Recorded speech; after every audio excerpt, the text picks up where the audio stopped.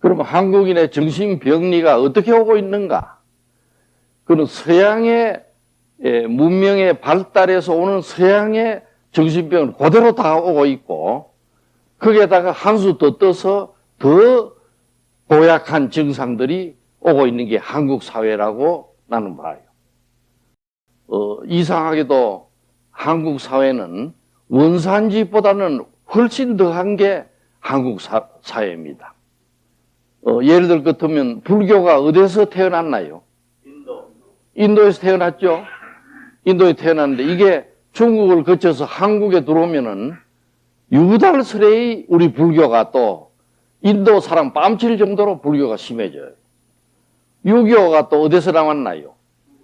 중국에서 나왔죠. 한국에 들어오면 어떻게 되냐? 중국은 상상도 못할 정도의 유교에 대한 예의, 법도 이런 게 한국은 더 심해집니다. 공산주의는 어디서 나왔나요? 공산주의. 예? 엄격히 말하자면 칼 막스가 독일에 1848년에 공산당 선언을 해서 소련에 공산주의 혁명을 해줘 우리나라에 오게 된 북한에 특히 왔고 남쪽에도 흘러왔는데 일단 흘러오면 원산지보다 더해요. 이거는. 이게 한반도의 특징입니다. 마찬가지로 이 한국의 정신병리는 미국에서 서양 문명에서 그 문명으로 인해서 생긴 노이로제가 한국을 들어오면은 더 심한 병으로 된다 하는 말씀을 드릴 수가 있습니다.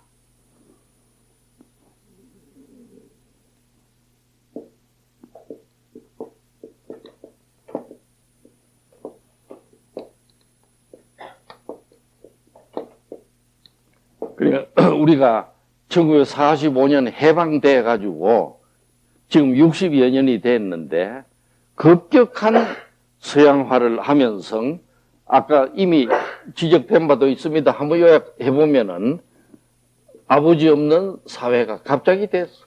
부 없는 사회. 그래서 자녀들이 삶의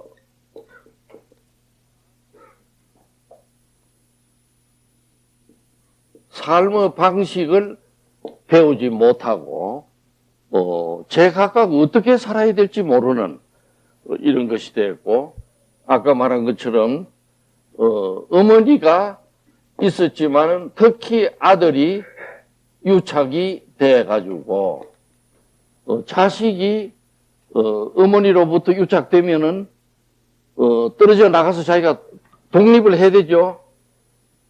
분리 개체화를 해야 안 되나요? 그렇죠? 그러니까 분리 개체화를 해야 되는데 우리는 지난 갑작스러운 서양화되기 때문에 어머니와 아들이 딱 붙어 있어. 지금 보면 딱 붙어 가지고 아들이 떨어져 나가는 걸 어머니가 어떻게 합니까? 가로막아요. 그 아들이 독립해 나가려 하면은 어머니가 사탕을 사주거나 뭐 달콤한 걸 해주거나 해서 못 떠나가게 딱 발목을 붙들고 있거든. 유달리 더 붙은 사람은 병이 심각하게 오는 거예요. 그런 사람들은 말도 잘 못하고 행동도 못하고 밖에 나가 놀으라 해도 못 가고 이런 현상이 오는 것을, 그러니까 자식을 놓으면 떠나보내야 돼요. 에리 프론도 말했어요. 부모 자식의 사랑은 독립시켜서 떠나보내는 사랑이라고 그랬는데 한국은 유착이 돼 있어. 그래가지고 심지어는 자기 아들이 30세에 결혼을 하게 되면 그게 누가 따라갑니까? 신혼여행에 어머니가 따라가요. 그래서 옆에 앉아서 옆방에서 야야 요래라 저래라 이렇게. 이게 한국 사회입니다. 그래서 때문에 이게 병을 가져오는 것을 알 수가 있습니다. 아까 잠깐 말씀드린 과잉 경쟁은 경쟁하는 자체는 나쁠 게 없어요. 모두 경쟁을 해가지고 이기면은 승리하는 기고, 지면은 별 볼 일 없지만 또 다른 기회를 노리는 기고, 심지어 인간이 태어나는데도 몇 대 1로 태어나나요? 한 인간이 태어나는데. 예? 몇 대 1입니까? 예? 2만 대 1. 2만 대. 3만. 예? 그래서,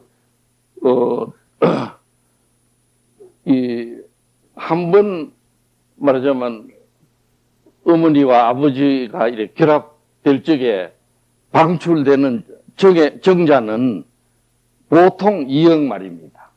2억 마리.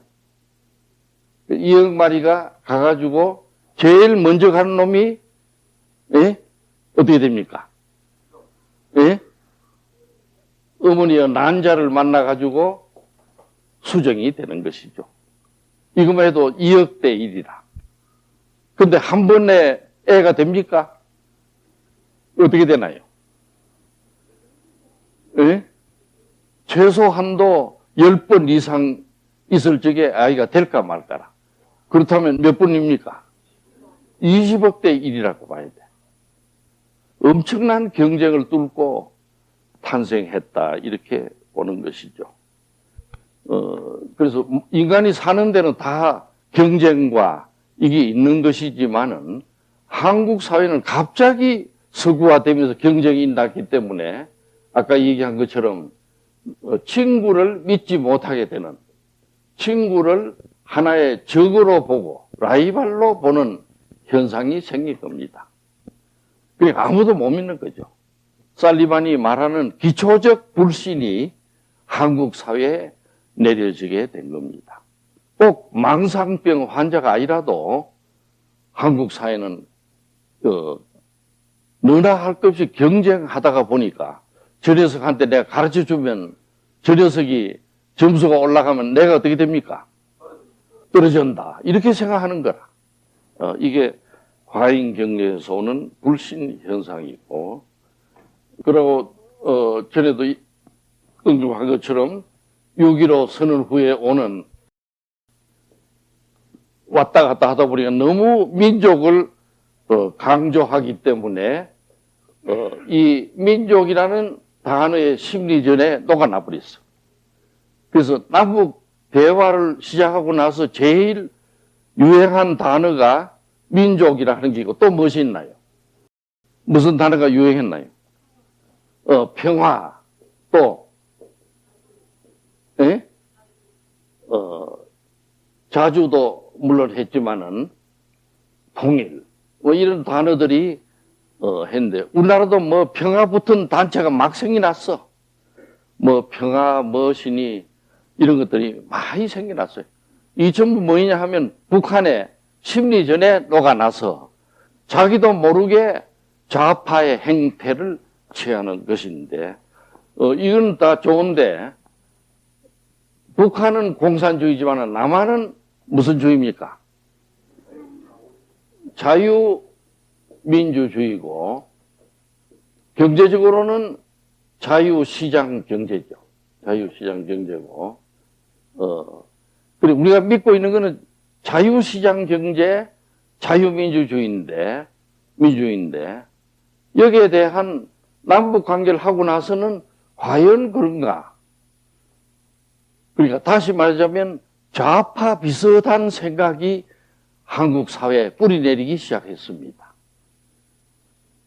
다시 말하면 대한민국의 정체성이 흔들리기 시작한 거다. 정체성. 내가 누군가 하는 걸 모르게 됐어. 남북대화 하기 전에 그래도 우리가 남아요, 대한민국을 위해서 일하겠다 하고 이랬는데, 남북대화 하고 나서 우리가 공산주의인가 뭔가 모르게 돼 있어. 지금 구체적으로 말하자면은 잘 사는 사람 보면은 때리 부수고 싶고, 또 이 자동차의 지하에 자동차를 파킹하려고 하면 어떻게 합니까? 해놓으면은 그걸 진행하다가 막 끌어버려. 저만 잘 사냐, 이래가지고. 차도 영 나쁘면 걱정 안 하는데, 대신 나쁜 차를 타고 다녀야 됩니다. 약간 좋은 차 같으면 이놈이 어디서 돈을 벌었냐 하고 끌어버려. 그래서, 이 한국의 정체성이 흔들리고, 있는 것입니다. 그리고 이것은 정체성이 흔들리니까 자기도 모르게 공산주의 비슷하게 돼가지고 가진 자에 대한 증오감이 불타는 겁니다. 가진 자의 증오감. 이건 누가 시키지도 않았는데 6.15 후에는 그렇게 된 걸 알 수가 있어. 그러니까 심지어 이건희라고 있죠. 이건희 씨를 우리가 존경해야 됩니까? 헐뜯어야 됩니까? 존경해야 돼. 그런데 이 정치권에서 저놈은 왜 저리 잘 사나? 아무리 뭐 약점을 캐봐도 약점이 있어야지. 그러다 보니까 뭐 상속을 잘못했다 하는 걸 찾아내면 뭐이지 아마. 그래서 저 사람을 죄인으로 만들어 놨어. 지금. 그러니까 한국 사회가 이 망조가 들어도 보통 들질 않았습니다. 예. 그래서 이게 남북 관계를 잘못한 우리가 통일을 확실히 자유민주 통일을 해야 되는데 남북 선언만 했지 어떤 통일을 해야 된다는 말을 안 써놨어. 그렇기 때문에 공산주의가 물밀듯이 들어왔다 이렇게 생각을 합니다.